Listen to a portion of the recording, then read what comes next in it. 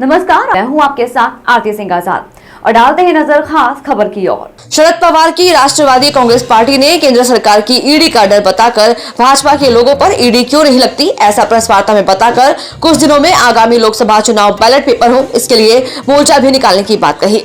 इस अवसर पर राकंपा युवा नेता रविकांत बोपचे, जिला अध्यक्ष सौरभ रोकड़े, महिला अध्यक्ष मंजू डोंगरवार, मिथुन मेश्राम आदि पदाधिकारी उपस्थित थे। सतीश पारसी की रिपोर्ट। खेलकूद में रहते हैं, टाइम पास करते हैं, तो माँ बाप नहीं चाहते कि ऐसे स्कूलों में हमारे बच्चे पढ़े, इसलिए बच्चे आ नहीं रहे और वो रीजन दे रहे कि बच्चे नहीं आ रहे हैं, इसलिए स्कूलों को बंद कर रहे हैं। यानी 30 से 40 बच्चों के पीछे एक शिक्षक की नियुक्ति हो रही है, तो ये सरासर गलत निर्णय है।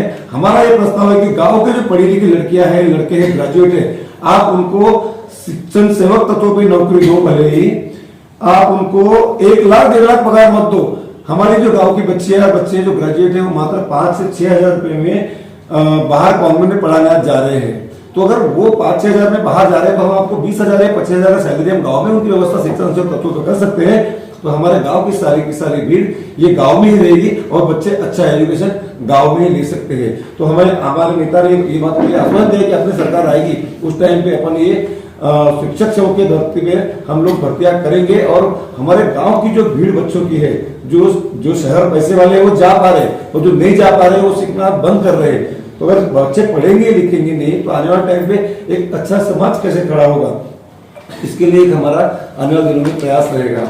अभी हमारे सरकार के पास में बड़े बड़े लोगों के लिए 5-5, 10-10 हजार करोड़ माफ करने के लिए पैसा है, पर गाँव की स्कूलों को देने के लिए पैसा नहीं है। इस तरह की व्यवस्था हो गई है। साल में एक बार हमारे जिला परिषद के स्कूलों में एक सांस्कृतिक कार्यक्रम होता है, स्नेह सम्मेलन का। स्नेह सम्मेलन के कार्यक्रम के लिए सरकार के पास पैसे नहीं है। वहां के टीचर लोग हैं, वहां के मुख्याध्यापक हैं, गांव के लोगों को रिक्वेस्ट करते हैं कि आप 200-300 रुपए जमा करो और वो वर्ग लेके आ जाते हैं। स्नेह सम्मेलन के इतने बड़े बड़े प्रोग्राम गाँव में वो लोग कर रहे हैं। मतलब एक तरफ हम इन महोत्सवों का हवाला दे रहे हैं। इन महोत्सव के लिए सरकार से लाख 2-2 लाख 5-5 लाख रुपए आ रहे हैं। सीएम चषक के लिए पैसे आ रहे हैं। 1-1 लाख रुपए के महोत्सव के पहले इनाम, दूसरे इनाम के लिए आ रहे। तो अगर इतना लाखों करोड़ रुपया खेल मंत्रालय अगर खर्चा करता है तो फिर ये गांव के स्कूलों के लिए अगर महोत्सव करे, अगर पैसा दे तो ये गांव के महोत्सव अच्छे से हो सकते हैं, क्योंकि गांव के छोटे छोटे महोत्सव से बच्चों के अंदर की प्रतिभा बाहर आती है। और बेरोजगारों के लिए काम कर रहे ऐसा हमको लगता है। तो फिर 2-2 करोड़ रुपए 2-2 करोड़ लोगों को रोजगार देने की बात करके नरेंद्र मोदी साहब सरकार में आए थे, पर 2 करोड़ का रोजगार दे नहीं पा रहे। पूरे अगर 9 साल का देखें तो 18 करोड़ लोगों को अपने देश में रोजगार मिलना चाहिए था।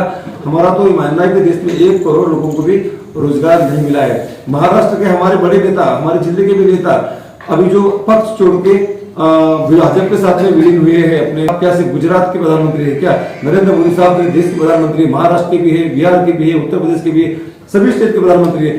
फिर जो प्रोजेक्ट महाराष्ट्र में बन रहा था जिसमें 2.5 लाख महाराष्ट्र के युवाओं को नौकरी लग सकती थी, ऐसा अगर प्रोजेक्ट महाराष्ट्र में था तो इस प्रोजेक्ट को ले जाते वक्त में हमारे जो मराठा नेता है ये चुप कैसे बैठे हैं। मराठा को धनगर के साथ, धनगर को किसी और के साथ, मतलब हमको जाति बाती में लड़ा के जैसे इंग्रज लोगों के स्टाइल से लड़ाओ और राज करो, इस नीति पे काम हमारे देश में चल रहा है। और राज्य के बरगला के इस देश के लोगों को भ्रमित करने का काम इस देश में किया जा रहा है। फिलहाल इतना ही। खबरों का सिलसिला लगातार जारी है। नमस्कार।